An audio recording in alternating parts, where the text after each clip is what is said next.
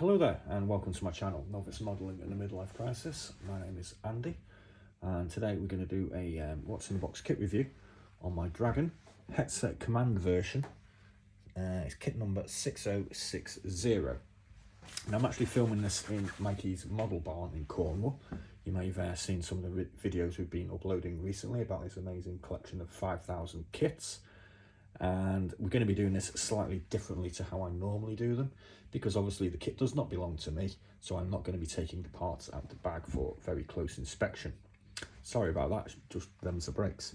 The lighting in here is not also that great either.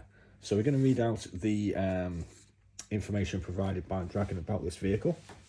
Jagdpanther 38T Hetzer was ordered by the Waffenmant from BMM in Czechoslovakia during the German occupation. The tank destroyer had a weight of 16 tons and was armed with the 7.5 Pak 39 as the main gun. Production started in April 1944 at BMM and was taken up by the Czech automobile company Skoda in September 1944. Both factories produced a total of 2,584 vehicles up to the end of World War II. In general, the Hetzer was classified as early and late types and differed in road wheels, panel hatch and Saukopf gun mantlets by production lots. It was a successful lightweight tank destroyer and low production cost and simple mechanical operation. A lot of Hetzers were issued to many different units in the latter stages of World War II.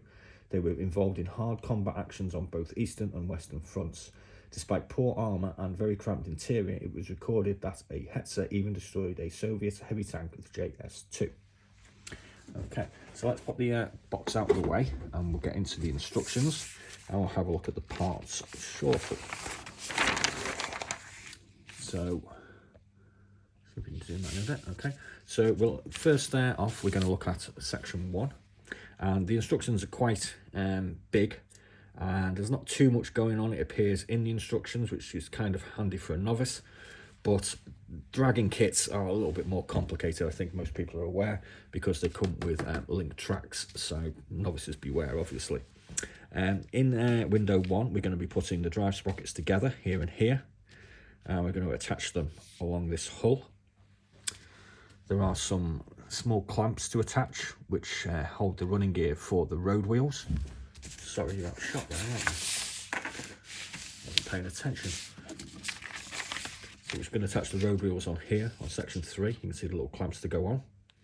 Then we're going to put our multi-link tracks together. We're going to put this interior piece in here.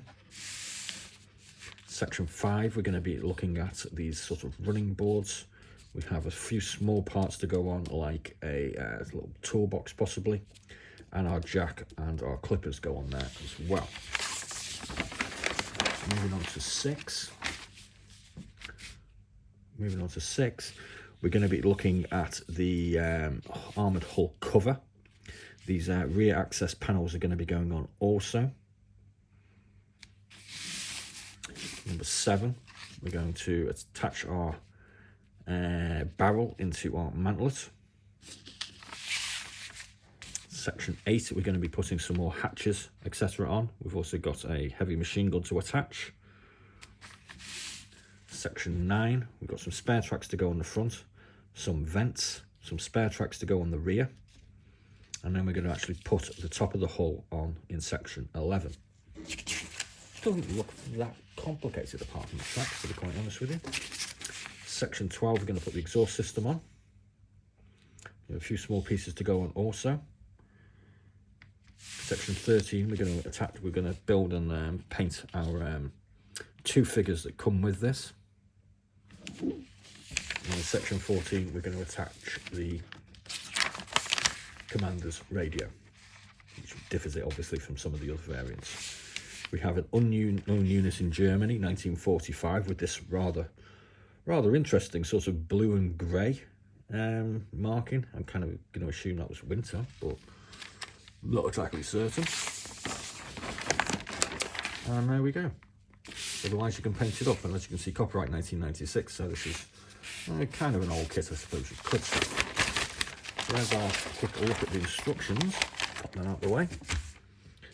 Up next we have a decal sheet, which is made by Italeri, I believe. And we also get a whole range of different stenciled numbers that we can put on, a couple of crosses, and that's about your lot.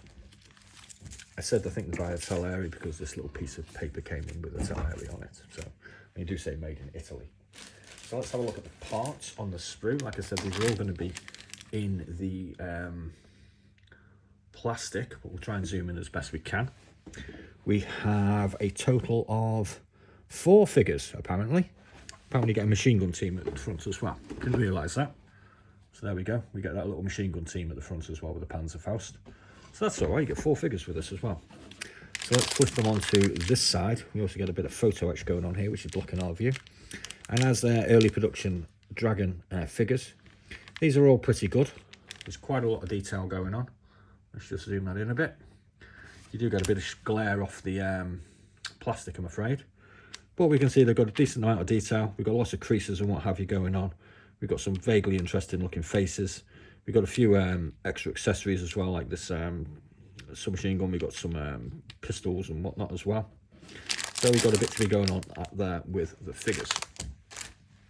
Let's just zoom out. Hope you like my Cornish flag. First off, we're going to be looking at the main sprue, which is the hull.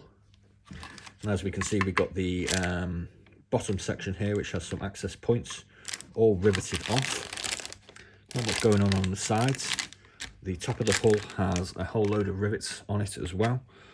We've got this tracking here for machine gun or maybe optics of some sort. We've got a whole load of rivets going on the side. I'm not going to show you too much of this because I'm kind of aware of the plastic rippling and it's kind of unpleasant, I'm sure, if you're watching it. We have a heavy machine gun here. We have a jack. We have the gun barrel, and that looks like part of the gun mounting here. We've got some clippers, and that's that sprue pretty much done.